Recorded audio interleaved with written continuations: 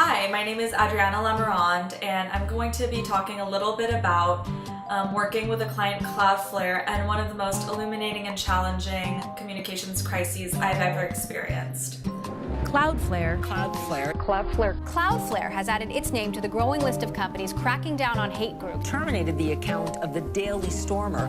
You have never in the history of your company terminated any company or any site's account. Fuck them. They're off the internet. Think about what you just said there.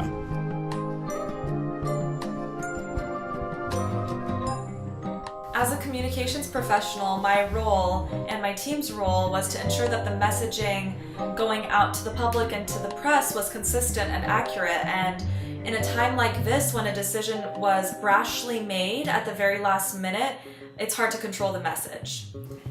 The decision also begged us to ask a few really important questions. One being, what regulations are in place when it comes to hate sites and giving them access or allowing them access to security services and similar platforms?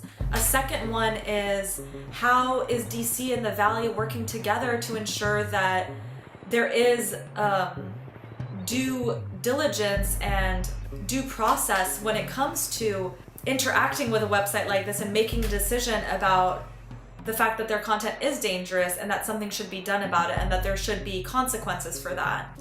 As we saw with the Zuckerberg testimonies last year, policymakers lack background and an understanding of the technology they're trying to regulate. How many data categories do you store? Does Facebook store on the categories that you collect?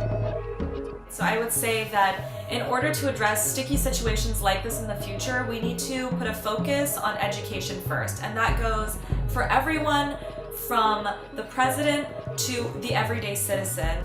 The crux of this conversation is that private tech companies should not have the responsibility or power to make decisions about their users or the content on their platforms.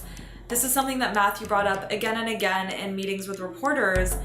And he said, he and others like Zuckerberg and Google executives should not be able to put their biases on their business decisions and on the way that their services are being accessed by others.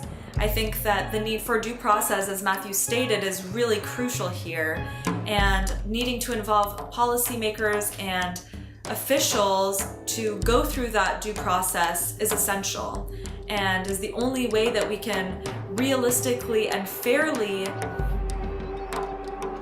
make decisions about hateful content or voices that are encouraging violent means against certain groups, and once and for all eliminate hate sites and not give them a place where they can foster dangerous conversations and dangerous forums.